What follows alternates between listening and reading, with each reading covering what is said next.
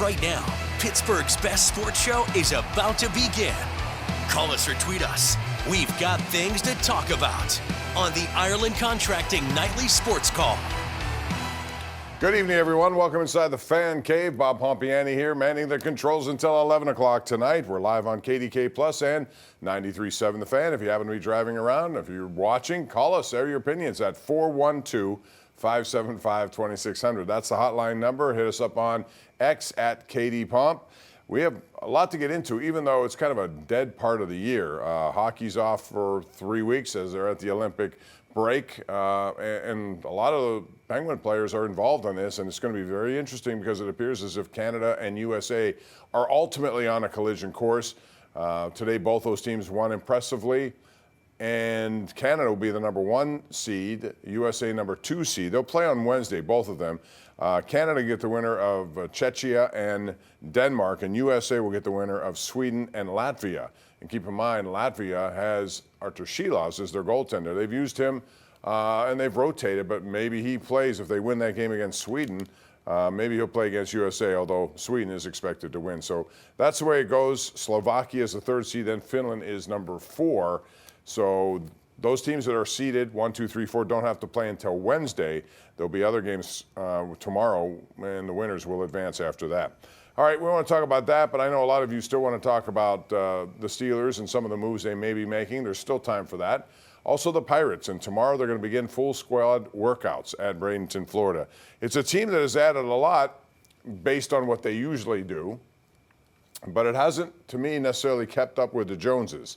There are a lot of teams that have done more, and while around here a $12 million one-year salary for a designated hitter sounds like a lot, it's really not in the grand scheme of things. However, it is an upgrade, and I think Marcell Ozuna will do what hopefully he did a couple of years ago, which is end up number 4 in the MVP balloting with 40 home runs and close to 105 runs batted in. So if they can get that kind of performance out of a DH, and then you couple that with Ryan O'Hearn, who will bring some offense here, and Brandon Lau, you've got something there as long as the pitching holds up. And I still think the key to them will be their pitching. They're young. You know about Skeens. That's pretty much a sure thing.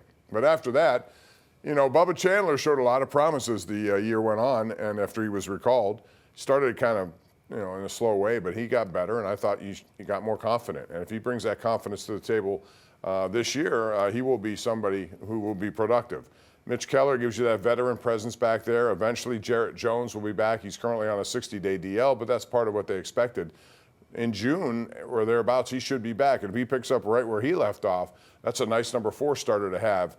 But I think ultimately their strength lies there. They have to get some clutch hits. They brought in 38 free agent home runs, or at least guys they brought in, 200 more runs batted in. So that should help an offense which figured to be dead last in the majors all of last year, or certainly in the National League. So we'll get into that at 412-575-2600. Also, once this Olympic break is over, what is your take on the Penguins? Do you think they have enough to keep going? 30 games left. They're in 2nd place firmly. They have a playoff spot right now, and the way they're playing, you would think they're going to end up getting there. Maybe not as a division winner, but certainly could be a 2 seed, could be a 3 seed, whatever the case may be in the Metro. Your thoughts on them and what they may do at the trade deadline, which soon follows after they return from Cortina Milano. They'll face the second half of the season, and some of those guys should be well rested. A guy like Evgeny Malkin certainly needs time. He's been banged up a little bit. I don't think he was 100%. Chris Letang's been out, and this will certainly help him back into the lineup earlier, given the 3-week absence. And then Ben Kindle's a young kid who really needs a rest, probably. He's played a lot of hockey for someone who's 18 years of age. We'll talk about all that and more as we continue. It's 412-575-2600. Robert Morris won a game today. They're one of the better teams in this area right now. 18-10 for Andy Toole, 10-7 in the Horizon League, and they put a pasting on Oakland, which had done the same to them out west when they played back in January. So Robert Morris, and I give Andy Toole a lot of credit because this is a team that lost its entire roster essentially to NIL opportunities for some of those kids. And he's retooled them, and boy, done a great job. And so they could be the best opportunity for a team from this area to get into the NCAA tournament. So all those things are on the table. Anything else you want to talk about, call 412-575-2600. We'll take a break and open up those phone lines right now on KDKA Plus and 93.7 The Fan. Call, air your opinions right here on the Ireland Contracting Nightly Sports Call.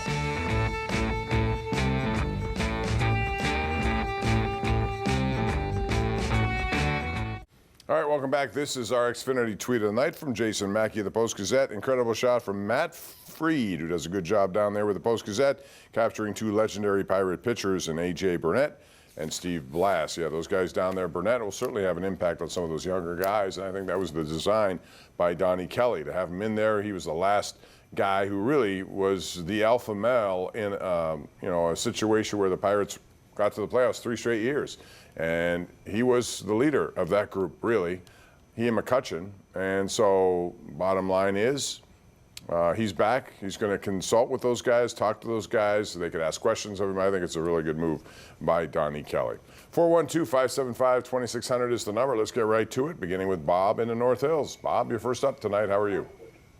I'm good. How you doing, Bob? Good, thanks. Yeah, that's good. No, I just was, going about, like, McCutchen. I guess they're not going to bring him back, obviously. But, you think they would bring him back as a hitting coach or something, because, he's still good, But well, I think he still wants to play, Bob. That's the thing. He wants to play. So if he wants to play, then he's going to try to figure out a way to do that before he ever gets to be a coach. That may be in his future if he so chooses. But if he wants to play, there's probably a team out there. He can wait a while, too. There could be injuries along the way if he keeps himself in good shape. If there's an opportunity, and who knows, it might be even here if he's willing. But at this point, they had to upgrade a designated hitter. I don't think there's any question. He still did some very good things in that role. But 3 years into this now, on his second tour of duty, I think they had to make upgrades, and they believe they've done that with Marcell Ozuna. Let's go to Crawford in Brownsville. Hello, Crawford. How are you? Hey, how are you, Bob? Good. That's an unusual name. I haven't heard Crawford. Oh, well, Hey, my question is, when the Steelers draft, would you take Drew Aller in the later rounds if he was available? If they believe that he could be one of those guys who can ultimately develop into what they're looking for, and they may think that. He was on his way to doing that before he got injured. A lot of people like what Drew Aller did in Penn State. Yeah, that's a possibility. But if Aaron Rodgers does come back, I think what they need to do, myself personally here, is to do as much drafting of need positions as they can do until they eventually locate that quarterback, whoever it may be, after Rodgers' career is over here, which will be this year if he does come back. One more, and then he's out of here, and then they're going to have to find somebody else to come in. So they're going to be looking at all options, I'm sure. Ty Simpson's a guy you hear a lot about. Ty Simpson is a quarterback who had a good start to Alabama's season, but his last 4 or 5 games was not as good. Threw interceptions, 4 of them in those games. He also had only a 62% completion percentage. He's known for being accurate, but in those games he wasn't. And I know he was dealing with some sort of injury as well. So it's hard to get a gauge on that. And quite frankly, this quarterback draft class has taken a step backwards ever since, a year ago when we were talking about how many great options there would be. Well, there's Mendoza and then everyone else. And if you're willing to take a flyer on somebody in rounds 3 or 4, go ahead. But there's no guarantee there. Although I wouldn't rule it out, just as I wouldn't rule out Will Howard couldn't develop in a system with Mike McCarthy.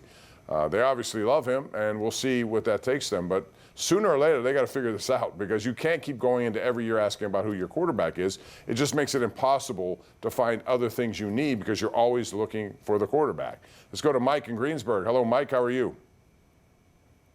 Hi, I'm very good. How are you, Bob? Good, thanks. Thank you. I want to talk about USA and Canada hockey. Okay, good. It's obviously a collision course. You're right. It's going to happen. Do you feel like Matthew Tkachuk is the X factor, or will Sidney Crosby pull it off for Canada?